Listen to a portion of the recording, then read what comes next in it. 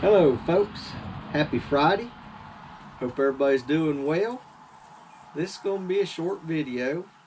Brother Bill over at Last Days Homestead, and he called me the other day and asked me about doing a collaboration, what I thought about coffee cans.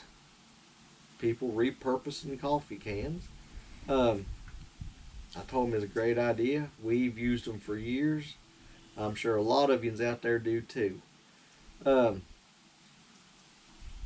In the homesteading community, you try to save stuff, to reuse it. I can remember Grandpa years ago, he talked about used to everything that you bought, it had another purpose for it, you know, on down the line. I can remember him, Grandpa he was big on electric fences, and like the old dark brown Clorox jugs and everything. He would use them, put them on the end of a pole. If he was stretching electric wire, having to go across the barnyard to somewhere up high, he would use that there. Of course, glass, it ain't going to conduct electricity. But just in the homesteading community, I think people, and I've had several people tell me, they'll watch a bunch of different channels to get different ideas, and that's all really what we're doing. We're trying to help everybody out. And so Brother Bill, he said there about 3 ideas, and then tag some other people to get their ideas and input on stuff. So what we're going to do today, I've got these red coffee cans, I've got the blue coffee cans. It ain't even got to be coffee cans. It can be other containers you've bought. I think we've got some of those pork rind containers up there. Just, we had Mom save the coffee cans for us, you know, and whatever they use. I went over this evening and got some more. But we use them for feed and nails, screws. Good little waterproof things, weatherproof I should say. Just good little containers. I've showed y'all before. I need to make some more, but in this clip I will add in, there's little Dixie, she's down there, she found her a stick to chew on. But anyway, Dan's went back and got some clips from other videos that we've had. Hold on one second, let this car pass by. Alrighty. The one was where we made for the chickens the maggot bucket, where you could put scrap food in there, put the lid back on, you had holes drilled in the side, fly come in, lay its eggs, and then they crawl out for the chickens. Seems to be busy this evening. Hold on one second here, folks. We've got several wicking tubs, 55-gallon drums cut in half. These work perfect in those. We've got a video for that there also, that we've made before. Like I said, we need to make us a few more this year. And but also today, now we use string a lot. I'm sure everybody that does any gardening and everything, they always have some string. So Brother Bill had a great idea. He uses the plastic bags that comes out of the top, but also that string comes in a little cardboard box. That cardboard, if it gets every bit damp, it falls apart.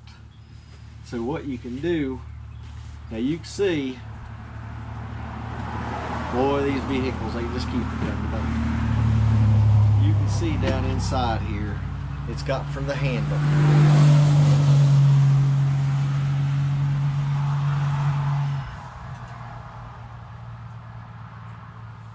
I think it's clear now, folks.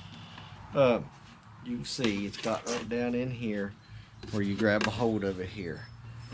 Now that'll keep your ball twine from going down inside. But you can cut that out And on a lot of the boxes that you buy, it's got a place for your belt loop. Of course, I'm kind of out of luck with that. Most time I wear suspenders. But I do have a belt for just this situation. Great day.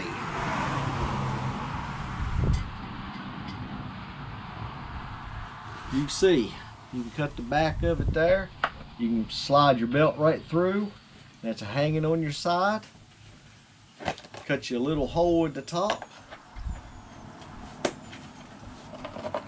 Just pull your string out. And then people slowing down to see what we're doing even. And what you can do, I've not done it on this one, you can take your knife and cut you a little slit over here on the one side. Pull it over. It'll hold it in place, keep it from unraveling any more out. But there's oodles of different things you use them for, folks. We've used them for if we have a sick goat and put them up inside the barn or something. It's easy. These big ones, you can take water, scoop up where they'll be in their little pen there, have them some water and feed. Carolyn, she uses them for gathering eggs. But what I'm going to do, we're going to tag several channels, and if you want to do it, that's fine. That's great. We encourage you to. If you don't want to, that's fine also. But just give us your ideas. Like I said, we're all out there just trying to help each other. And this is a good, repurposing thing. Instead of going to the landfill, it's actually getting used for something. But we've got a list of several channels. I wrote them down just so I wouldn't forget them. Now, Yogi Hollow Farm. Like I said, if you don't want to do it, that's fine. Littlefoot Ranch. Jamie's Country Living. Burnt Church.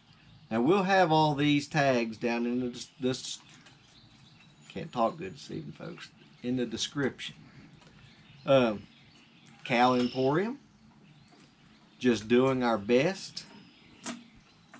Mountain Grandma. And Broke Cowgirl. Now folks, me and Brother Bill didn't talk about it, but I believe this will be an open collaboration. If somebody watching this has some ideas and we didn't name you out and you don't get tagged, you just go ahead and make a video and we'll have a link for the hashtag in the description, and you just use that hashtag and let me and Brother Bill know, and we'll make sure you get added to the playlist.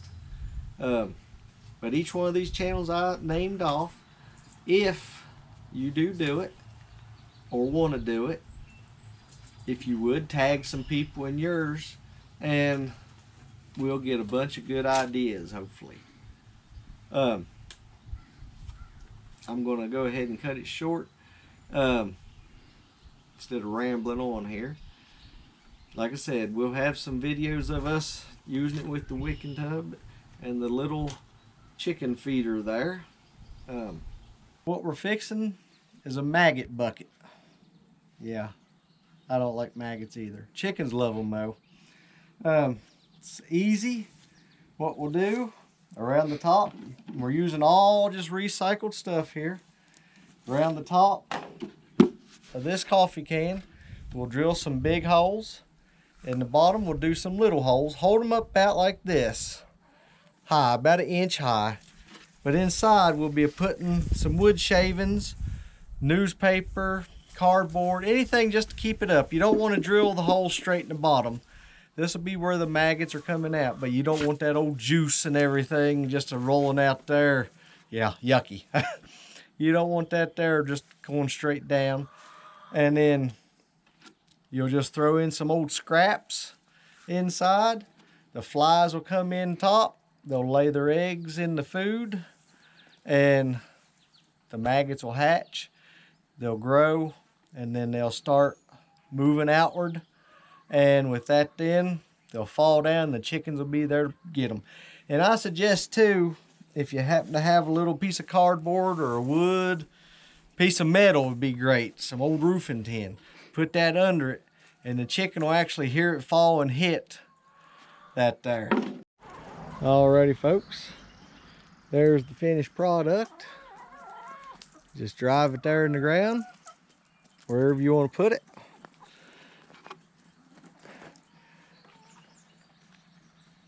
That earlier. We'll use a 55-gallon drum. We have some coffee cans, no particular brands needed.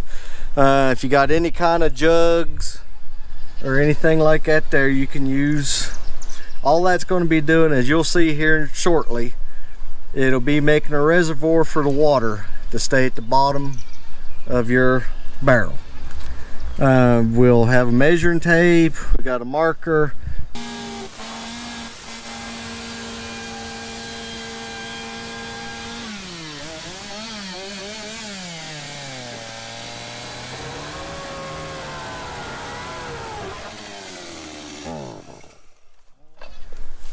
Now we just take the lids off our coffee cans.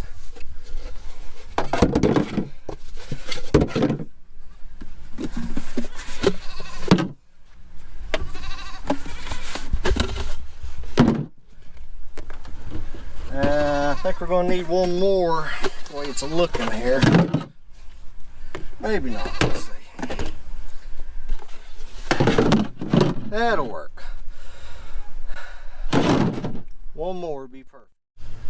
Okay, now we're going to drill the wicking hole.